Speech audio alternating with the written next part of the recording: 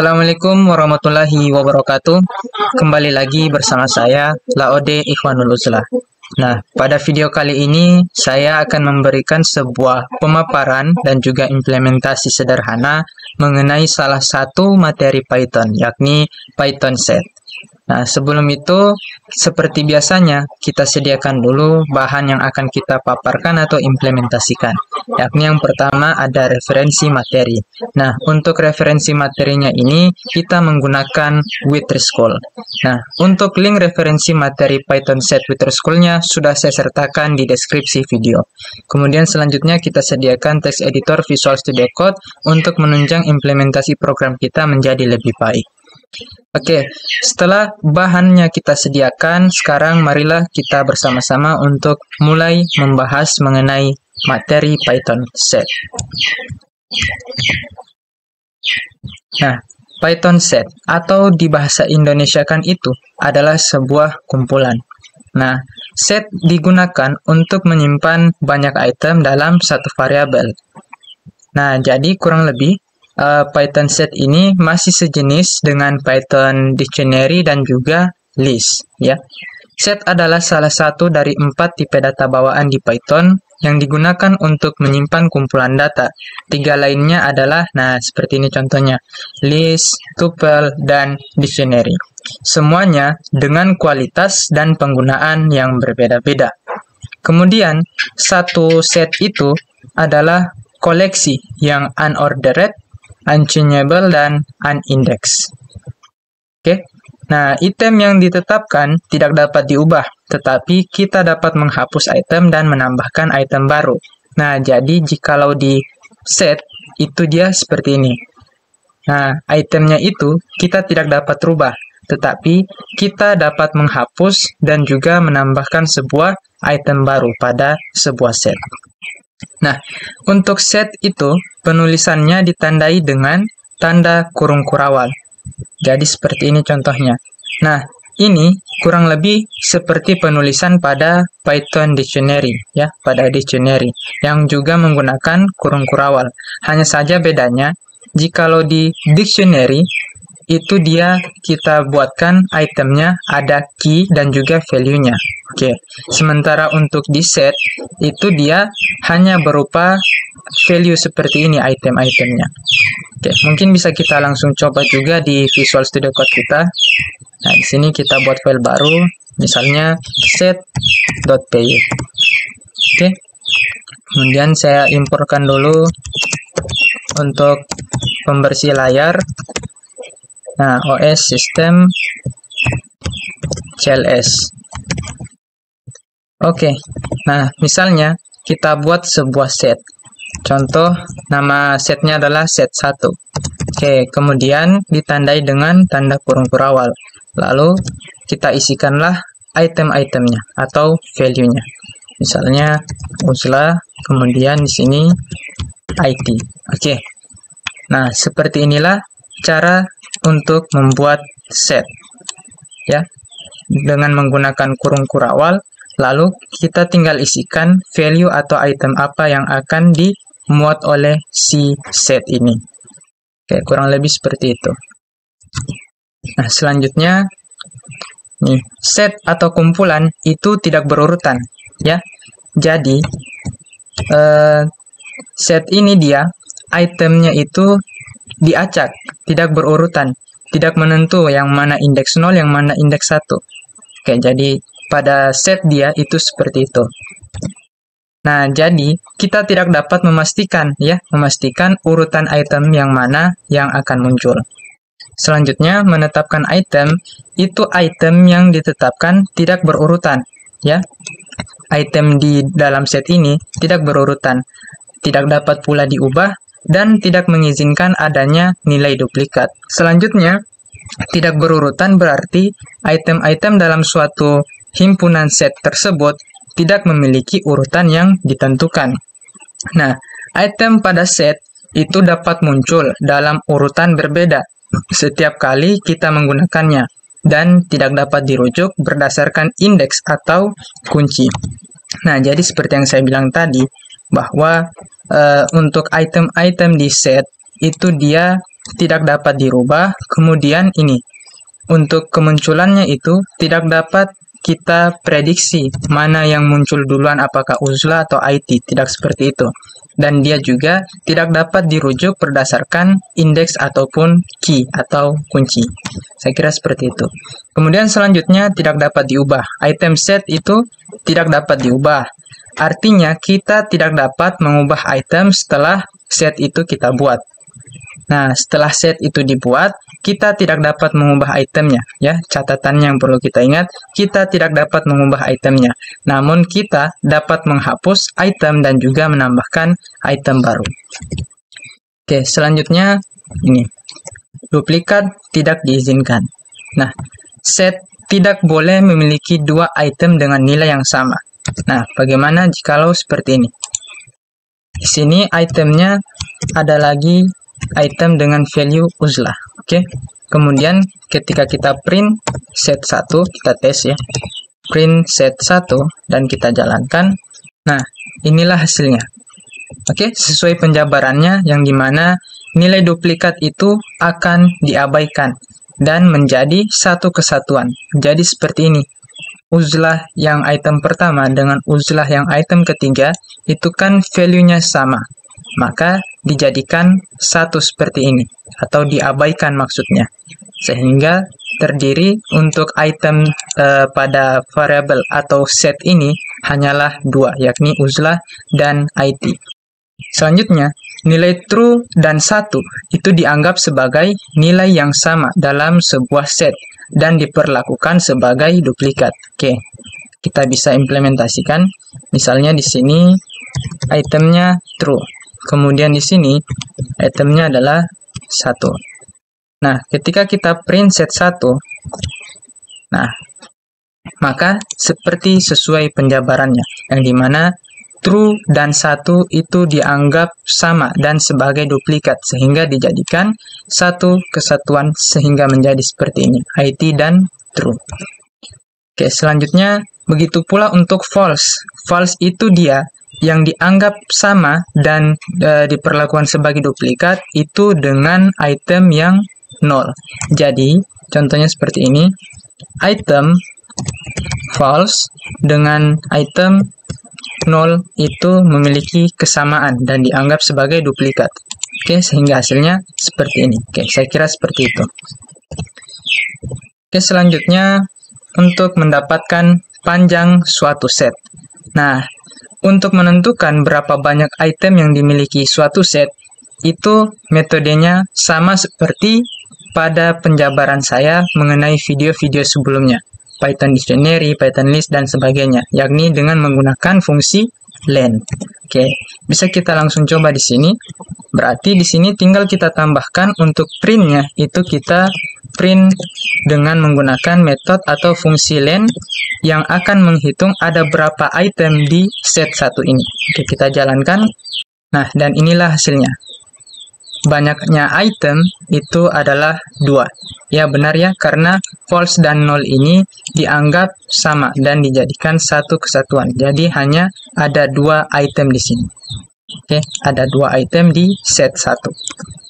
Oke, selanjutnya untuk mengatur item tipe data. Nah, item set itu dapat berupa tipe data apapun. Oke, jadi baik itu pada sebuah set yang kita buat berisikan string, contohnya seperti ini, itu dibolehkan. Kemudian, apabila pada sebuah set yang kita buat berisikan keseluruhan itemnya itu integer, itu juga dibolehkan. Kemudian selanjutnya, apabila semua item pada set yang kita buat berisikan hanya boolean, nilai boolean seperti ini, itu juga dibolehkan. Nah, kemudian ada juga contohnya seperti ini, yang dimana di dalam satu set itu berisikan tipe data campuran. Ada boolean, ada string, ada integer, dan lain sebagainya, itu juga dibolehkan. Oke, saya kira seperti itu. Selanjutnya, untuk mengetahui jenis dari tipe data. Nah, ini sama juga seperti pada video-video sebelumnya, yakni yang dimana kita menggunakan fungsi atau metode type. Nah, jadi kita langsung coba saja di sini. Len tinggal kita ganti menjadi type. Dan kita lihat hasilnya, maka akan didefinisikan bahwa set 1 ini merupakan sesuai pemaparannya sebagai objek dengan tipe data set. Oke, saya kira seperti itu. Nah, selanjutnya set constructor. Nah, kita juga dimungkinkan dengan menggunakan suatu constructor untuk membuat suatu set. Nah, jadi tidak mesti kita harus menggunakan tanda kurung kurawal seperti ini. Kita juga bisa menggunakan sebuah konstruktor yang bernama set. Oke, kemudian kita update dengan tanda kurung. Nah, dan untuk item-itemnya kita isikan di dalam tanda kurung ini. Nah, sehingga apabila kita print, nah ini kita biarkan saja supaya kita cek atau lihat apakah betul ini masih didefinisikan sebagai set atau bukan. Oke, kita run. Nah, dan ternyata benar. Ini masih dikenali bahwa sebagai suatu set. Oke, saya kira seperti itu. Selanjutnya, mengakses item pada sebuah set. Nah, untuk mengakses item, itu kita tidak dapat mengaksesnya dalam satu set dengan mengacu pada indeks atau kunci, ya. Jadi, misalnya, saya ingin menampilkan hanya false-nya saja, itu tidak bisa kita akses dengan sebuah indeks. Namun, kita dapat mengulang item. Nah, jadi untuk mengakses sebuah itemnya, itu ada caranya dengan menggunakan perulangan, yakni contohnya for. Nah, atau bisa juga dengan menanyakan apakah ada sebuah nilai tertentu dalam sebuah set dengan menggunakan kata kunci in. Oke. Mungkin bisa kita langsung praktikkan keduanya ini. Yang pertama dengan menggunakan for. Oke. Jadi di sini nah kita buat for. Oke, for misalnya x. Nah, for x in set 1.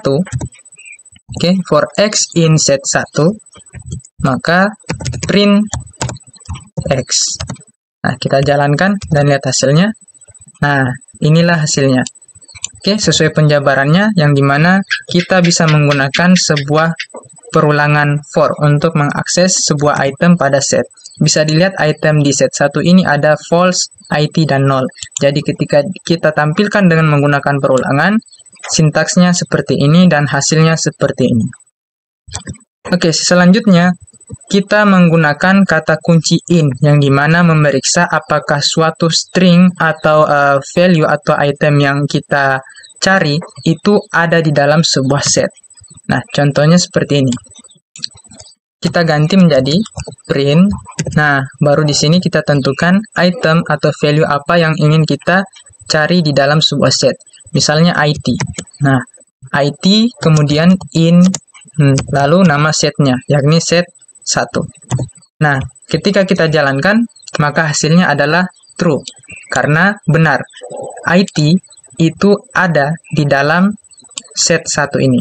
Jadi, item dengan value IT itu ada di dalam set 1, sehingga hasilnya akan bernilai true. Nah, jikalau tidak ada, hasilnya nanti akan bernilai false. Oke, kurang lebih seperti itu. Nah, selanjutnya untuk mengubah item, itu setelah satu set kita buat, maka kita tidak dapat mengubah itemnya.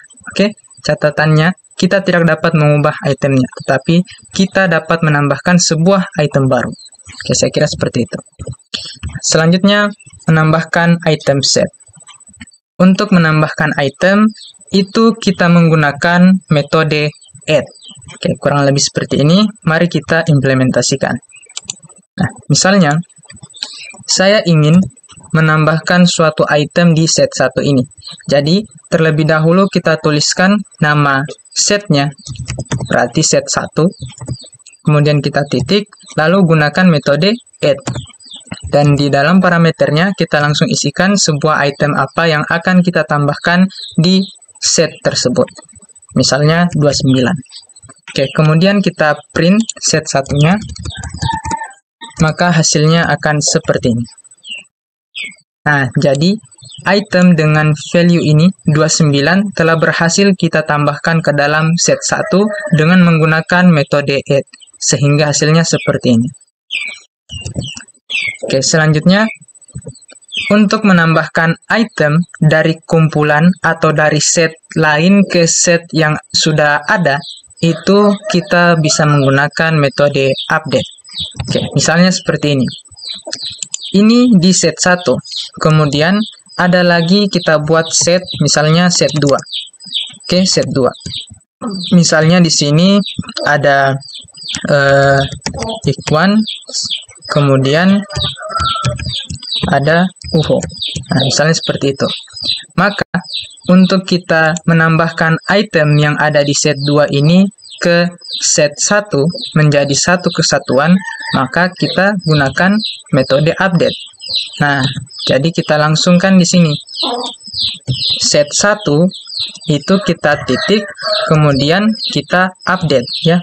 Updatekan dengan item yang ada di set 2. Oke, seperti ini. Kita lihat hasilnya. Nah, ini non karena seharusnya ini di luar dari print. Nanti yang kita print itu adalah si set satunya. Oke. Nah, seperti ini. Oke, kita lanjutkan. Nah, inilah hasilnya. Bisa kita lihat false IT dan 29. Ini false IT dan 29 itu merupakan item yang ada di set 1. Nah, kita gabungkan atau maksudnya kita tambahkan item dengan yang ada di set 2. Set 2 itu Ikhwans dan UHO. Nah, sehingga setelah kita update atau tambahkan dengan metode update, maka akan menjadi satu kesatuan set seperti ini. Ada false, 29, Ikhwans, UHO, dan IT. Oke, saya kira seperti itu. Selanjutnya menambahkan semua iterable. Nah, objek dalam update itu tidak harus berupa sebuah set ya, tidak harus berupa sebuah set. Tapi dapat juga berupa objek apapun yang dapat diubah, contohnya seperti tuple, list, dan lain-lain. Misalnya saja seperti ini.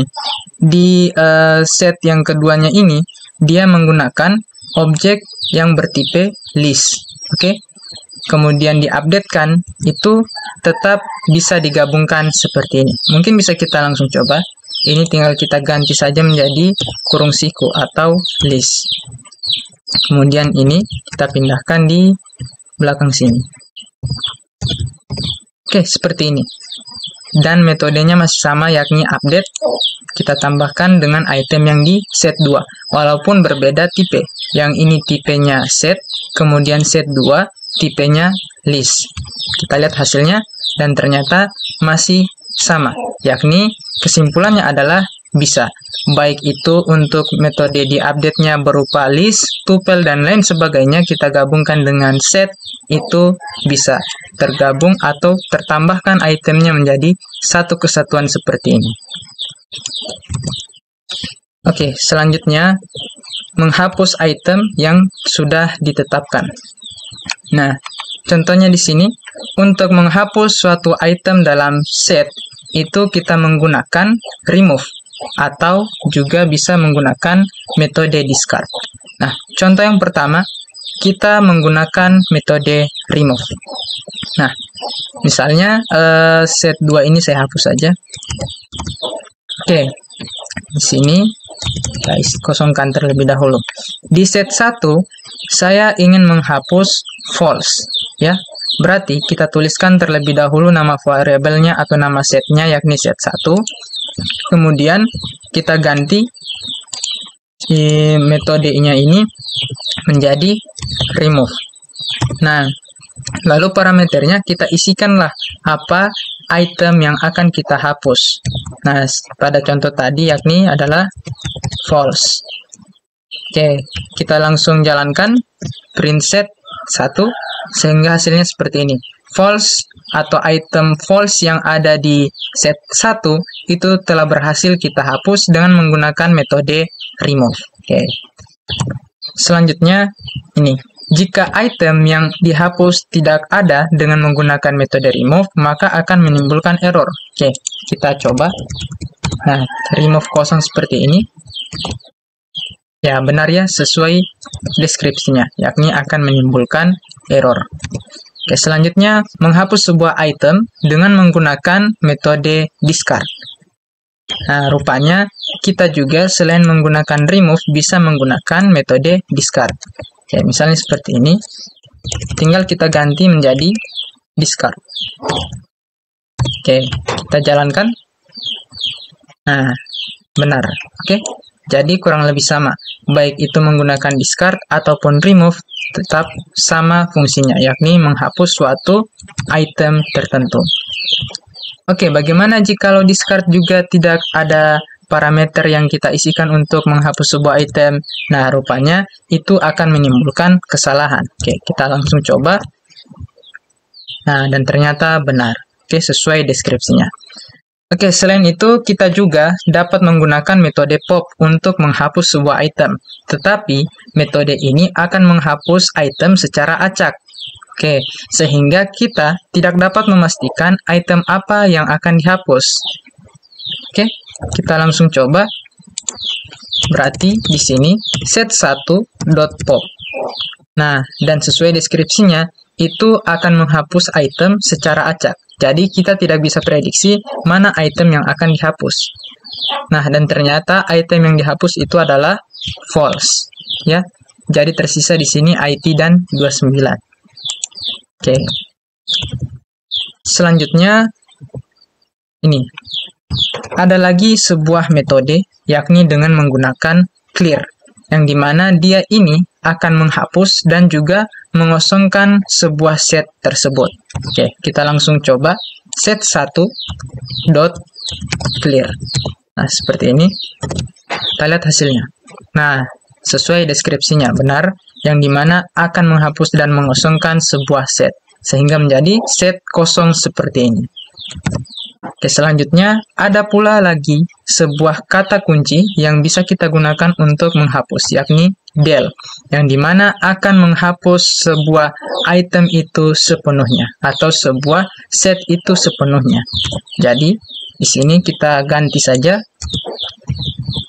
Untuk awalannya, itu kita tuliskan terlebih dahulu kata kunci del, kemudian diikuti dengan yang akan dihapus, yakni set 1. Oke, seperti ini, kita jalankan sehingga terjadi seperti ini, yang dimana set 1 itu sudah tidak terdefinisi lagi, sesuai deskripsinya, yang dimana akan menghapus set itu sepenuhnya. Oke, selanjutnya set looping, atau kita bisa menggunakan sebuah perulangan pada set tersebut. Nah, yang dimana kita dapat mengulang item yang di-setel dengan menggunakan perulangan for. Oke, contohnya pada sintaks sebelumnya tadi, saya kembalikan terlebih dahulu. Nah, ini. Oke, seperti ini. For x in set 1, print x. Ketika di print, maka akan menampilkan item-item yang ada di set 1. Nah, ini sesuai pada contoh yang dimana kita juga bisa menggunakan sebuah perulangan pada set. Oke, saya kira seperti itu. Oke, selanjutnya menggabungkan sebuah set. Ada beberapa cara untuk menggabungkan dua set atau lebih dengan Python, yakni yang pertama, kita dapat menggunakan metode union, yang dimana akan mengembalikan sebuah set baru yang berisi semua item dari kedua set, atau juga bisa menggunakan metode update, yang menyisipkan semua item dari satu set ke set lainnya. Oke, kita langsung coba satu persatu.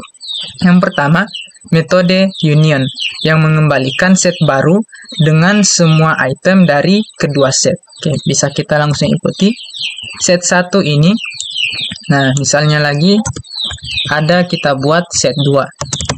Nah, set 2 itu dia seperti tadi saja, yakni ada equals itemnya dan UHO. Nah, seperti ini. Kemudian untuk set ketiganya itu kita langsung setting, yang dimana set 1 ya, set 1 kita unionkan dengan si set 2. Oke, seperti ini. Lalu kita print set 3-nya untuk melihat hasilnya. Nah, kenapa kita print set 3? Karena set 3 ini yang telah kita atur sebagai set 1 diunionkan dengan set 2. Nah, di sini set 3. Oke, kurang lebih seperti ini ya, set 1, 2, 3, set 1 union, set 2. Oke, kita langsung jalankan dan lihat hasilnya. Nah, inilah dia. Jadi, item yang ada di set 1 dengan yang ada di set 2 telah digabungkan menjadi satu kesatuan dengan menggunakan metode union. Oke, selanjutnya menggunakan metode update, yang dimana metode update memasukkan item di set 2 ke set 1. Oke, kita langsung coba. Di sini tinggal kita hapus saja variabel set 3-nya. Dan seperti ini, set 1 kita ganti dengan update. Set 1, update set 2. Oke, setelah itu kita print untuk melihat hasilnya set 1. Nah, dan hasilnya pula sama, yang dimana item yang ada di set 1 dan item yang ada di set 2 digabungkan menjadi satu kesatuan seperti ini. Oke, saya kira seperti itu. Nah, selanjutnya, simpan hanya duplikat. Nah, yang dimana untuk simpan hanya duplikat ini, itu kita menggunakan sebuah metode, yakni intersection update, yang dimana hanya akan menyimpan sebuah item yang ada di kedua set. Nah, metode intersection itu akan mengembalikan sebuah set baru yang hanya berisi item yang ada di kedua himpunan atau kedua set atau kumpulan. Nah, contohnya seperti ini. Misalnya, di set 1 itu kan ada IT. Kemudian di set 2 kita tambahkan lagi di sini item, ya, item yang kurang lebih sama dengan salah satu item di set 1, yakni IT. Ya, seperti ini. Kemudian kita tambahkan metode intersection. Nah, jadi di sini kita buatkan sebuah variabel baru, misalnya Z, kemudian sama dengan set 1 intersection dengan set 2. Kemudian kita print Z untuk melihat hasilnya, dan kita lihat hasilnya. Nah, maka akan seperti ini, yang dimana sesuai deskripsinya akan mengembalikan sebuah kumpulan atau set baru, yang dimana hanya berisi item yang ada di kedua set. Nah, bisa kita lihat di set 1 ini kan ada IT, kemudian di set 2 ada IT, sehingga dikembalikanlah sebuah set baru yang berisikan item yang sama dari kedua set tersebut. Oke, seperti itu. Selanjutnya, simpan semua, ya, simpan semua, tapi bukan duplikat. Nah, yang dimana itu dengan menggunakan sebuah metode symmetric difference yang akan mengembalikan sebuah set baru atau kumpulan atau himpunan baru, namun yang berisi elemen yang tidak ada di kedua himpunan, ya, yang tidak ada dari kedua set tersebut maksudnya. Contohnya seperti ini. Di sini kita kosongkan saja. Nah, false, IT, equals, dan UHO. Nah, set 1 tinggal kita ganti dengan symmetric difference. Jadi, set 1 itu kita symmetric difference-kan dengan set 2. Ketika kita print hasilnya, nah, maka akan menjadi seperti ini. Yang dimana sesuai deskripsinya akan mengembalikan sebuah kumpulan, himpunan, atau set baru, ya, yang hanya berisi elemen yang tidak ada di kedua himpunan atau kedua set. Bisa kita lihat di set 1 ini kan ada false dan IT, sementara di set 2 itu tidak ada false dan IT. Maka false dan IT dimasukkan ke dalam set baru. Begitu pula yang di set 2. Set 2 itu equals dan UHO, sementara equals dan UHO tidak ada di set 1. Sehingga digabungkanlah pula di dalam sebuah set baru ini. Oke, jadi begitu perbedaannya. Untuk symmetric difference itu akan mengembalikan sebuah set baru yang berisi item yang tidak ada pada kedua set. Sementara untuk intersection sebelumnya tadi, yang seperti ini, itu akan mengembalikan sebuah set baru yang berisi item yang sama dari kedua set atau kedua kumpulan tersebut. Oke, baiklah, itu saja pemaparan sederhana dari saya. Semoga apa yang saya paparkan dan implementasikan mengenai Python set ini dapat bermanfaat dan dipahami dengan baik. Oke, terima kasih. Kurang dan lebihnya mohon dimaafkan. Wabillahi taufiq wal hidayah. Wassalamualaikum warahmatullahi wabarakatuh.